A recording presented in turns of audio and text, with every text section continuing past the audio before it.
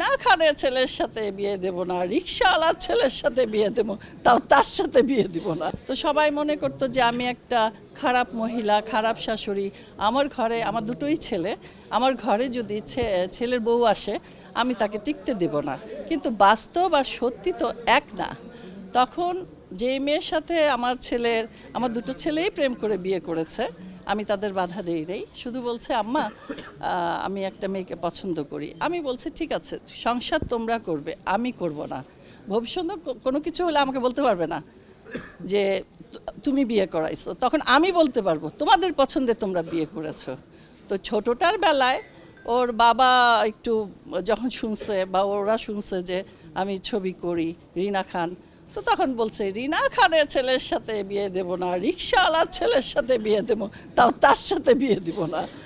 তো এখন সেই বিয়ে এখন আমার অনেক ভক্ত, আমরা অনেক ফ্রেন্ডলি। তো ওটা না বুঝলে না চিনলে যেটা হয় সেটাই হয়েছে। আর ওই মেয়েও এখন এখন আমাকেও আমি আগে ওকে সব কিছু করে দিতাম, এখন আমাকেই ও করে দেয়। আমার জন্য আমি শুটিং থেকে রাতে বাসায় যাই, আমার জন্য খাবারটা ফ্রিজে রেখে দেয়, আমি কোনটা খাই। এই যে আসার আগেও জিজ্ঞেস করলো, ও এখন শ্বশুর বাড়িতে আসতেছে। তো এই জন্য প্রথমে দেখে তো মনেই করবে আমি সেই রকম, তারপরে যখন এসে দেখলো যে না, আসলে বাস্তব আর অভিনয় দুই জগৎ। আমি বাস্তবে একরকম, ছবিতে একরকম। আমার চলচ্চিত্র কারা আপনার বৌমা দেখে কিনা?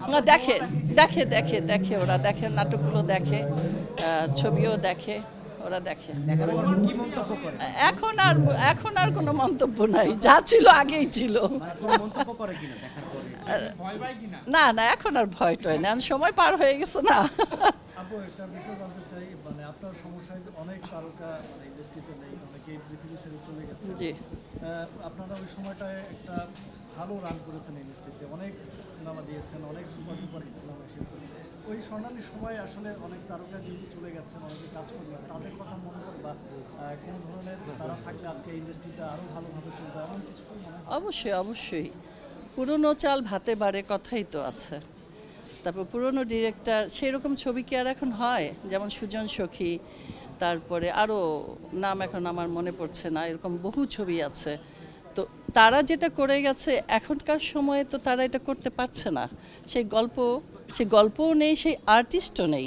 জসিম ভাই নেই, শাবানা আপা নেই, আলমগীর ভাই থেকেও নেই, করছে না কাজ বা সেরকম হচ্ছে না। এই সব মিলিয়ে একটা ভালো জিনিস পেতে হলে একটা ভালো প্ল্যাটফর্ম দরকার, একটা ভালো আর্টিস্ট দরকার, ভালো ডিরেক্টর দরকার, ভালো প্রডিউসার দরকার। সব কিছু ভালো নিয়েই একটা ভালো তৈরি হয়। এই জন্যই বলা হয় সোনালী যুগ। সেই সোনালী যুগ আর ফিরবে না। সবই মিস করি। এই ফ্লোরেই কত গল্প আছে। একদিন একটা কাজ করতে আসতাম, ছবিটার নাম আমার মনে নাই। তো শাবানা আপা ছিলেন, তো ওনার একটা অ্যাক্সিডেন্ট হয়েছিল, অ্যাক্সিডেন্ট বলতে বোধহয় অপারেশন, পিত্তথলিতে বা এরকম একটা কিছু, অ্যাপেন্ডিসাইড। তো ওইটা নিয়ে একটা নিউজ হলো যে শাবানা আপার পেটে ছুরি মারছে দুলাভাই। হ্যাঁ, দুলাভাই তো সেরকম না, সাদিক ভাই, উনিও আসতো, প্রত্যেকদিন আপাকে নিয়ে যেতেন। তো আমরা তো অবাক, এবং আমরা বিশ্বাসও করি নাই। পরে এসে দেখি না, আপা এই যে এই পাশে মেকআপ রুমটায় আমরা আসছি, বলছে আপা কী হয়েছে, দেখি উনি শুটিংয়ে দিব্যি করে, আর কইস না, এই মানুষের কথা এগুলা বিশ্বাস করবি না। তো এরকম বহু রকম কথা, এখন মনে পড়ছে না। হঠাৎ তো এত মানুষের সামনে আমিও ভিমরাই গেছি। যেমন একবার গাড়িতে করে আমরা সিলেট গেলাম, আমার ছোট এই যে এন্তুর বউ যেটা বলছে, আমার নাতি আছে ওয়াসি, এই 4 বছর হলো। তো ওকে নিয়ে যেতাম, তখন ছোট ছিল, বুকের দুধ খেত, 1 বছরও হয়নি। নিয়ে গেলাম সিলেটে, জসিম ভাই ছিলেন সেই ছবিতে, চম্পা আপা ছিলেন। আসার সময় দেখি এত ঠান্ডা শ্রীমঙ্গলে, তখন আমি চম্পা আপার গাড়িতে করে আমার ছোট বাচ্চাকে পাঠিয়ে দিলাম, আর হলো ওই জসিম ভাই ছিল আর চম্পা আপা ছিল। তখন ওই চম্পা আপা, আমি যে বাসায় পাঠাবো আমার বোনকে আর বাচ্চাকে, ওই সময় তো আর অত টাকা পয়সা নিয়ে ঘুরি না, অত নাই। তখন চম্পা আপা আমার বোনের হাতে টাকা দিয়ে বললেন যাও, নেমে তো রিক্সায় যেতে হবে, দলিপাড়া আমাদের বাসা, বা রাস্তায় কোনো লাগতে পারে। তখন হাতে গুজে টাকা দিয়ে দিল আমার বোনের হাতে, আমার হাতে দিছে, আমি আমার বোনের হাতে দিয়ে দিলাম।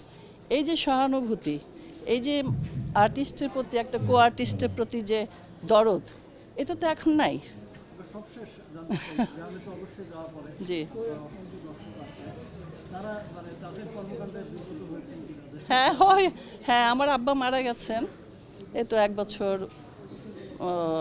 আগেই, মানে যখন মারা গেলেন তখন আমি গেলাম। তো বাবা মারা গেছে, হসপিটালে ছিলেন, আমাদের মনের অবস্থাও ভালো ছিল না, তাড়াতাড়ি দৌড়ালাম গেলাম কবর দিতে। তো 11 কথা ছিল আমরা থাকবো, আমাদের সব ভাই বোন গেল গাড়ি টাড়ি নিয়ে, আমিও গেলাম। কিন্তু ওখানে তো আমার বাবার লাশটা নিয়ে গেছি আমি, সেই লাশটা দেখতে কিন্তু আসেনি, মানে ওইভাবে সবাই ভিড় করে নাই, করছে আমাকে দেখতে। তো তখন দর্শক বোঝে না একটা শিল্পীর মনের অবস্থা, তখন বলে একটা সেলফি তুলবো, তা আমরা তো তখন সেলফি তোলার মুডে নাই।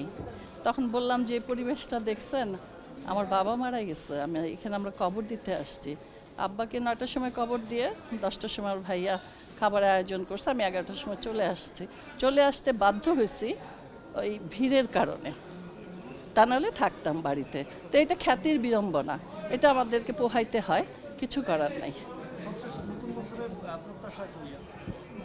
ভালো একটা ইলেকশন হোক, দেশটা সুন্দরভাবে চলুক, আমরা সুন্দরভাবে কাজ করি, সবাই ভালো থাকুক, সবাই সুস্থ থাকুক। এবং একটা একটু জানতে চাই আমরা যে 17 বছর পরে তারেক রহমান বাংলাদেশে আসলো, মানে সেই ব্যাপারটা কেমন লেগেছে? এবং আমরা তো দেখেছি যে বিএনপি যখন মানে ক্ষমতায় ছিল তখন তো আপনারা আসলে ওই সময় কাজ করেছেন, আপনারা জানেন, অনেক কিছুই জানেন যেটা আমরা অনেকেই জানি না। সেই ব্যাপারটা কেমন লেগেছে এবং তারেক যে আশাটা তো এটা তো ভাষায় প্রকাশ করা যাবে না। যখন স্বৈরাচার হাসিনা যখন যেদিন চলে গেলেন এই দেশ থেকে, আমি রাতে শুটিং করছি, সকালে বাসায় গেছি, একটা ঘুম দিছিলাম 11টার সময় উঠে, তারপর যখন নিউজটা দেখছিলাম একটা লাভ দিছিলাম খুশিতে যে গেছে দেশ থেকে, বিতাড়িত হয়েছে।